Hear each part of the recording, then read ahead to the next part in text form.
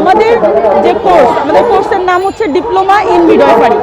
আমাদের এই কোর্সটা চালু হয় 2012 সালে এবং সেই 2012 সালে যখন এই কোর্সটা চালু হয় তখন ওই সময়ে আমাদের সরকার কমিটমেন্ট দিয়েছিল যে আমরা এই মিডওয়াইফারি কোর্সটা চালু করতেছি।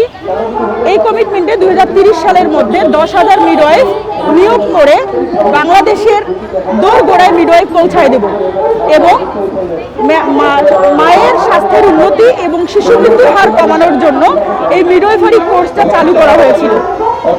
কিন্তু আমরা যেটা দেখতেছি 2012 সাল থেকে, আপনারা একটু লক্ষ্য করলে দেখতে পারবেন 2012 সালের পরে নিয়োগ হয়েছে মাত্র 2টি এবং সেটা প্রথম অবস্থায় মিডওয়াইফ নেওয়া হয়েছিল 3,000-3,000-এর মতো এবং দ্বিতীয় অবস্থায় একটা নিয়োগ হয়েছিল 1800-র মতো, সেখানে নেওয়া হয়েছিল মাত্র হচ্ছে 1400-1500।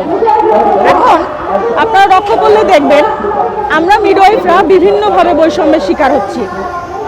প্রত্যেক বছরের পর বছর চলে যাচ্ছে, প্রত্যেকটা নার্সিং ইনস্টিটিউট, প্রত্যেকটা নার্সিং কলেজ থেকে মিডওয়াইফরা বের হচ্ছেন কিন্তু তারা বেকার, তাদের কোনো চাকরি নাই। এবং এই মিডওয়াইফরা দেখবেন প্রাইভেট প্রতিষ্ঠানেও, প্রাইভেট হসপিটালগুলোও মিডওয়াইফদের নেওয়া হচ্ছে না, সেরকমভাবে সুযোগ দিচ্ছে না।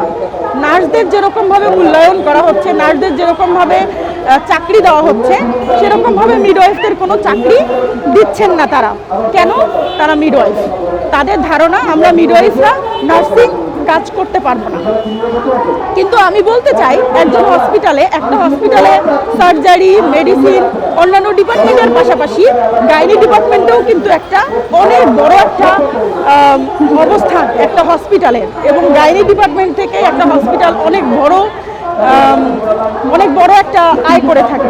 তো আপনারা খেয়াল করলেই দেখবেন প্রত্যেকটা হসপিটালেই গাইনি ডিপার্টমেন্ট আছে, এনআইসিইউ ডিপার্টমেন্ট আছে, পেডিয়াট্রিক ডিপার্টমেন্ট আছে, সেগুলোতে একজন মিডওয়াইফ কিন্তু কাজ করার ক্ষমতা রাখে।